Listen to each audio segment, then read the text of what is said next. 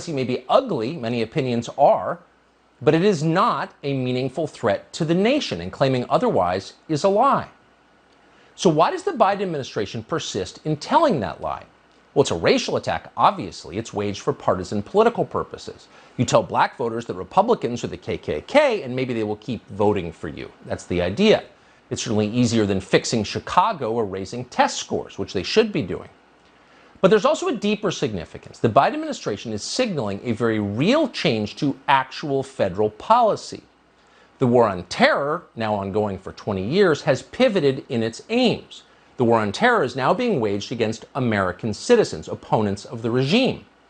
We saw this on display on January 6th. We told you a couple of weeks ago, based on language in publicly available indictments, that the FBI clearly had foreknowledge of the riot at the Capitol that day.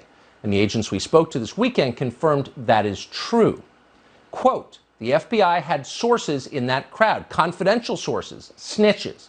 That's 100% certain. But it's not just political protesters the government is spying on. Yesterday, we heard from a whistleblower within the U.S. government who reached out to warn us that the NSA, the National Security Agency, is monitoring our electronic communications and is planning to leak them in an attempt to take this show off the air. Now, that's a shocking claim, and ordinarily we'd be skeptical of it. It's illegal for the NSA to spy on American citizens. It's a crime. It's not a third world country. Things like that should not happen in America. But unfortunately, they do happen, and in this case, they did happen. The whistleblower, who is in a position to know, repeated back to us information about a story that we are working on that could have only come directly from my texts and emails. There's no other possible source for that information, period. The NSA captured that information without our knowledge and did it for political reasons. The Biden administration is spying on us. We have confirmed that.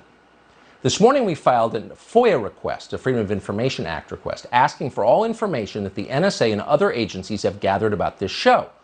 We did it mostly as a formality. We've also contacted the press office at both NSA and the FBI. We don't expect to hear much back. That's the way that usually goes. Only Congress can force transparency on the intelligence agencies, and they should do that immediately. Spying on opposition journalists is incompatible with democracy.